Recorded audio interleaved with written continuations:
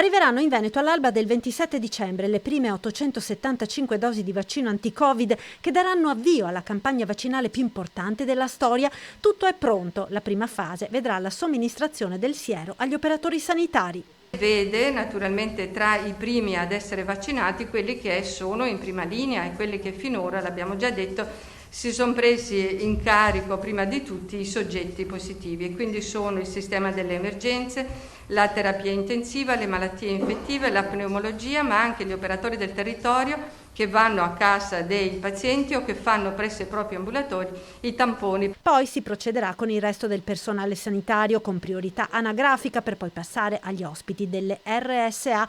Dopo sarà la volta della popolazione generale partendo dagli oltre 359.000 over 80.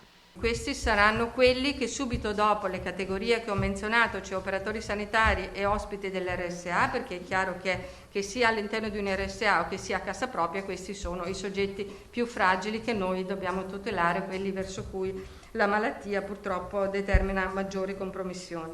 E poi abbiamo 1.100.000 soggetti che vanno dai 60 ai 79 anni. Poi si proseguirà con tutti gli altri cittadini fino ai 16 anni di età. Sono necessarie 2 dosi di vaccino a distanza di 21 giorni. Ogni ULSS individuerà gli spazi dove verranno effettuate le vaccinazioni, che saranno su chiamata.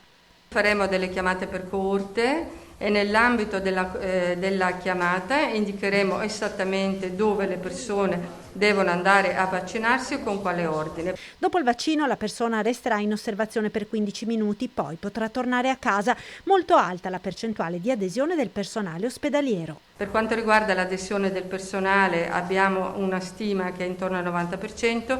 Ma quanto tempo ci vorrà per raggiungere una quota significativa di popolazione? Io mi auguro che tra marzo e aprile, possa essere vaccinata la maggior parte della popolazione, quantomeno tutti i soggetti a rischio. Ad oggi il piano Arcuri prevede 3 grandi lotti che sono i 3 trimestri, gennaio-marzo, giugno-settembre. In teoria, in via teorica, l'ultima dose iniettata è a fine settembre.